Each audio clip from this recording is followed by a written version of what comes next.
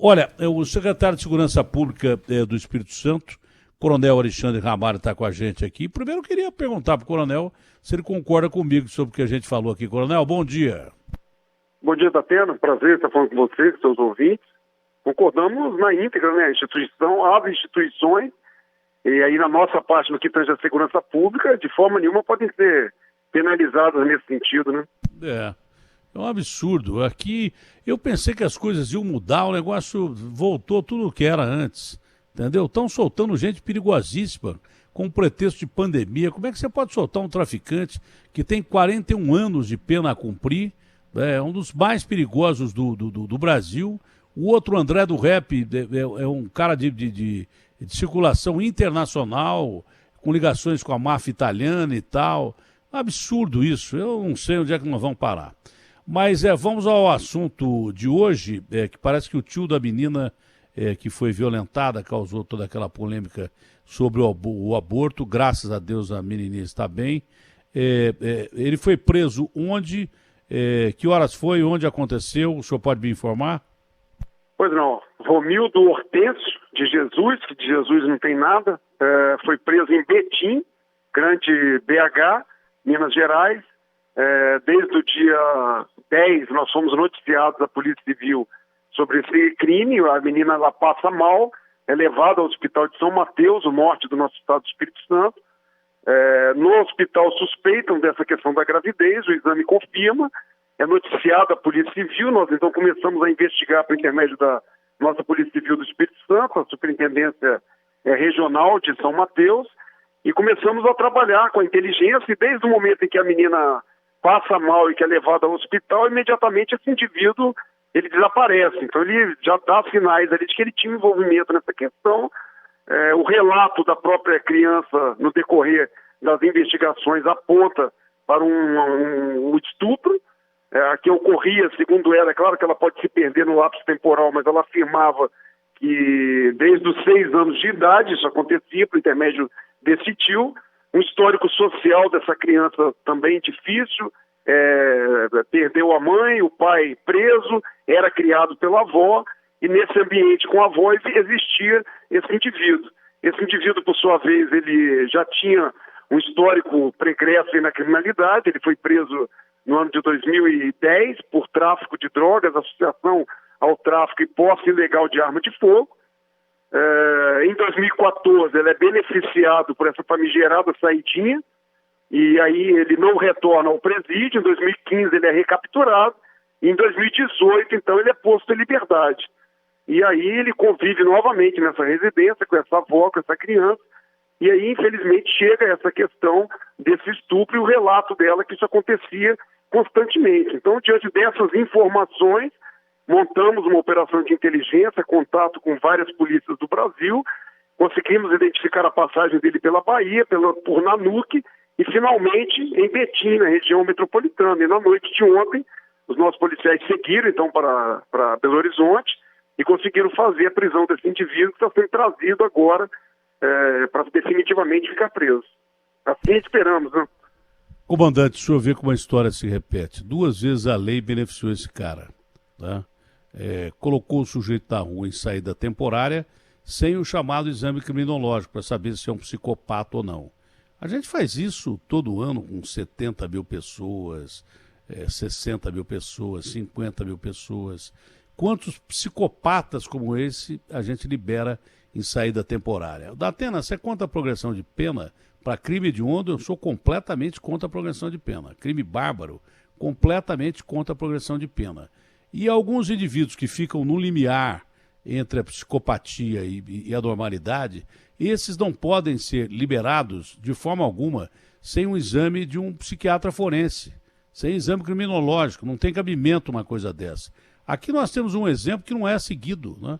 Tem o Champinha, que matou a Liana Felipe Café, com todos os requintes bárbaros de crueldade, e esse sujeito aí, ele completou a maioridade, e por intervenção do pai da Liana, que depois virou político e tal, ele mobilizou a sociedade a ponto de mostrar para os nossos legisladores, para os nossos representantes do Poder Judiciário, que um cara daquele é um monstro, não podia ser liberado mediante a avaliação psicológica.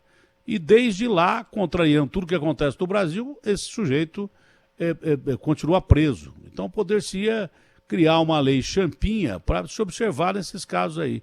Então esse cara foi colocado em temporária, não voltou mais, barbarizou com a menina. E depois ele recebe das mãos do Estado a liberdade, quero crer que sem exame criminológico, para continuar abusando da menina. Quer dizer, 2 vezes a lei colocou um monstro diante da criança.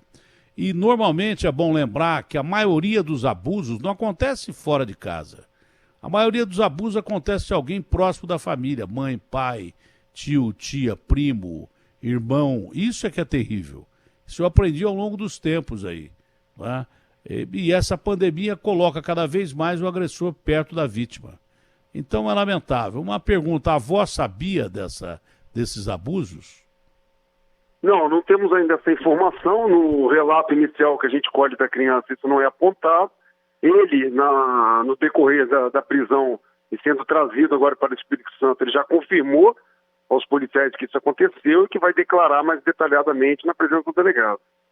Isso aí deu muita polêmica, gerou debate religioso e tal. Não vem ao caso aqui relembrar isso, mas pura e simplesmente, comandante, precisa ter estômago como pai, como avô, prender um cabra desse. Né? Precisa ter muito estômago e seguir mesmo a lei. Por isso que eu digo que a polícia é legalista para prender um cara desse aí. Né? A verdade é que dá vontade de encher o cara de bala. Um cara desse não tem jeito mesmo. Mas é aquilo que eu digo, a polícia é extremamente legalista, ela age dentro da lei, é assim que tem que ser. Esse cara, quando ele cair na cadeia, ele vai estar em poder do Estado, que tem que protegê-lo, mas ninguém pensou em proteger a criança quando soltou esse cara 2 vezes. Né? Mas que é difícil, precisa ter estômago para prender um cara desse, então, comandante. Nós agradecemos muito a sua fala, a gente acompanha a distância, embora estejamos aqui no Espírito Santo, a gente acompanha a sua audiência, a sua fala, e você realmente relata com muita clareza, né? Nós trabalhamos dentro da legalidade, é o nosso aspecto, mas realmente nos causa muita repulsa, né? Esse tipo de situação é um crime bárbaro, a sociedade capixaba e brasileira, muito mais a comunidade do interior do estado de São Mateus, chocada e barbarizada com tudo isso que aconteceu. E você aborda com muita clareza também a questão da agenda da segurança pública, né, Datena? É importante que nós, de fato, venhamos a discutir a segurança pública sobre todas essas questões, né? Porque a discussão que paira sobre a segurança pública é sempre no sentido de cobrar o que a polícia está fazendo, o que a polícia vai fazer diante das estatísticas, diante de uma abordagem de um crime que aconteceu. Então, assim, as polícias elas têm trabalhado muito, elas têm tido um retrabalho com todas essas questões que você apontou, e de fato isso tem que ganhar uma agenda no Brasil, no Congresso Nacional, para que nós possamos redimensionar essas questões, né? Desde essas saídas aí que ocorreram agora novamente no Dia dos Pais, aqui no Espírito Santo foram 1.100 presos colocados em liberdade, dentre eles nós estamos falando de estupradores, de traficantes e de homicidas, que nós lutamos todos os dias para combater e para tentar diminuir o índice de homicídio no Espírito Santo em todo o Brasil. Então, quando a gente vê essas solturas, realmente remonta a situação de que parece que as coisas não estão acontecendo como estão no nosso país, né? E aí o legislador federal, que foi colocado lá pela população, que mereceu os votos que o elegeram, é hora de ganhar a agenda e discutir a segurança pública sobre um outro viés do que a polícia está fazendo. A polícia tem trabalhado muito, as polícias do Espírito Santo, a Polícia Civil, a Polícia Militar. Nós temos uma forte integração aqui no Espírito Santo, e com prisões de homicidas, com apreensões de armas, assim como a gente vê a nossa co-irmã de São Paulo da mesma forma. Então, é ganhar a agenda nacional sob um outro viés, né? Comandante, o político, boa parte deles eu não confio mais. Boa parte deles eu não confio mais. Quando estudou-se aí o impedimento do presidente Temer, eu não sei que repórter falou que mais da metade da Câmara Federal tinha processo, eu não sei quantos por cento, 68%, 69% tinha processo em pendência. Então o cara, na hora que vai votar uma lei mais pesada, pensa na classe dele, né, que é a classe política, vou deixar o meu amigo que é ladrão solto, aquele lá, e acaba beneficiando um bandido. Agora, é difícil, e o senhor sabe que é difícil, muito mais do que eu, o senhor sabe que é difícil, Difícil, por exemplo, para você ser jornalista e ter que emitir opinião toda hora. Não é brincadeira você ficar falando 2 horas aqui e depois 3h30 lá na TV, não é? E quem fala muito dá bom dia cachorro. Mas eu não guardo a língua na boca. O problema é a aplicação da lei também. O problema é a aplicação da lei. O legislador, principalmente os notáveis ministros do Supremo, que eu respeito muito, mas eles dizem assim, a gente trabalha tecnicamente, a lei é fria, eu tenho que trabalhar em cima da lei. Mas ultimamente eu tenho notado que esse trabalho frio e técnico é muito favorável ao bandido, porque é a lei que prende é a lei que solta. Não é possível que numa mesma lei não tenha uma interpretação para, ao invés de você soltar um traficante, que é um mega traficante, botar esse cara na rua, não deixá-lo preso. Porque os malefícios que ele vai provocar na sociedade são muito maiores do que qualquer outra avaliação. Entendeu? Ah, mas amanhã você pode precisar dessa mesma lei. Sim, mas se eu cometer um crime grave, eu tenho que pagar pela lei. Não acho que também os nossos legisladores... Aquela história de decisão judicial, cumpra-se, eu sou favorável. Mas principalmente a decisão judicial quando ela está próxima do que representa o que o povo pensa.